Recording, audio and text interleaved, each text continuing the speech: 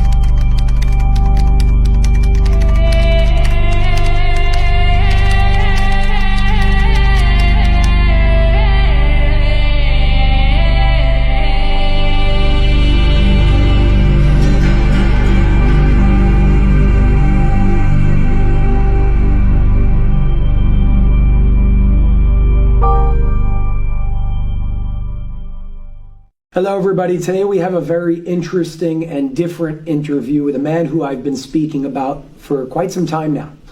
The man who wrote the Pyramid Code, the man who documented rays of light, the man who brought me into the world that I'm in today in regards to TLS, that organization otherwise known as the Light System, who we will be speaking about today.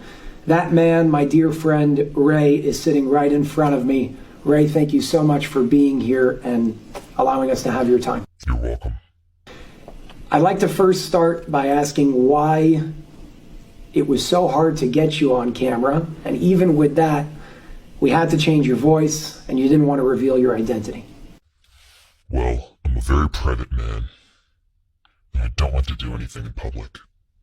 Plus, the nature of my work forces me to hide my identity.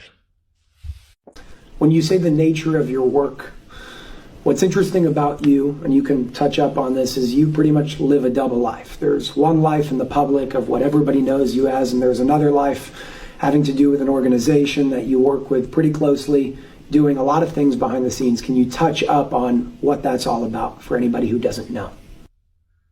Well, yes, it is a double life. Up to 2010, I was living a pretty normal life. And then TLS entered my life. There's someone that I met who slowly put me through the process. And once you deal with TLS, everything is basically very secretive. You cannot identify yourself, or anybody else from the organization, or anybody else except the people in the organization. Can you explain a little bit more about what TLS is and what they do from your firsthand experience of working with them? TLS is an organization that has been in existence now for many years, thousands of years, and it's right now there are about 7,000 members worldwide. There are chapters, offices, if you want to call them. They refer to it as chapter instead of offices in basically major cities around the world.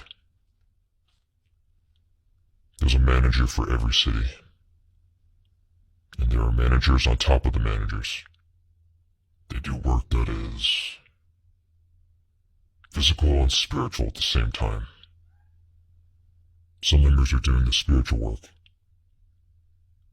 Some members are doing the physical, and some members sometimes doing both. They're capable of doing both. Can you give some examples of what physical work would look like versus what spiritual work would look like? Physical work would be into somehow going to someone's office, for example, a private office or public office, and basically try to grab some paperwork. Important paperwork from his computer, from his desk, while keeping him busy doing something else and basically taking the material away. You can call it stealing if you want. Spiritual work is more... It's more of a... You can call it mind games, for example. Changing somebody's perception about life. Changing someone's opinion about certain subjects, such as politicians, and doing spiritual work on them. In most cases, they don't know what you're doing to them. And it all depends on the nature of the mission that you have at any given time. So this could be done in the middle of New York City. It could be done in the mountains in Utah.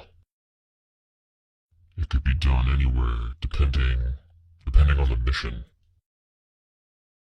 You have short missions, long missions. What side of the organization would you consider yourself? More on the physical side, more on the spiritual side, or both? I am more spiritual.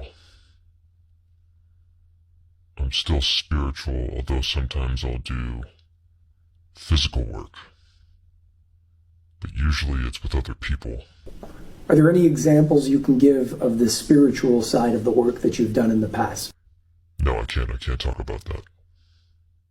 Overall, if you could sort of summarize the intention of TLS as a whole in terms of everything that they do, physical, spiritual, all the operations, what are they aiming for? What's their purpose? It's a good question. I ask myself the same question over and over again, because sometimes I don't even understand the mission that I'm about to do. Sometimes I don't understand what is the target. They're not always telling me. Sometimes I just go do something, as I'm told, and I get out. Not always do I know what is the purpose, but overall, they are looking to fix things around the universe. It's about helping humanity. Helping people in need. Helping the world in general. I can tell you, they are a very nonviolent group. And they don't like to use force, although they can. Force is not being used. They like to use, as I said before, I call them mind games. Change things. As long as you're allowed. You're not always allowed to change things on your own. Change things through the human spirit, the human mind, and so forth. Do you know what the rules are in terms of being allowed to do something and not being allowed to do something? Yeah, but it's very complicated. I don't know if I can even summarize something like this in such a short discussion. You are not allowed to interfere with someone's destiny. In 90% of the cases, that means, for example, it happened to me a lot, that I saw someone in danger, and I knew I could help him, and I wanted to help him, and I could get him out of the danger zone, so-called. And no, they told me no. You leave him alone. He has to go through this. You can't do that. On the other hand, many times it happened when I saw evildoers, I would call them. In my eyes, they're criminals who I know. I know what they did. And when I wanted to stop them from doing something or punish them for what they did, because obviously the police aren't going to do anything, I was not allowed to do that either. And criminals could be an ex-Nazi, or it could be some pedophile. It could be... Things don't make sense to me till today. I don't understand the rules. I try to follow them to the max. I'll be honest with you, and I'll tell you that not always I followed the rules. I did break the rules, and I did. I did pay a price for it when I did.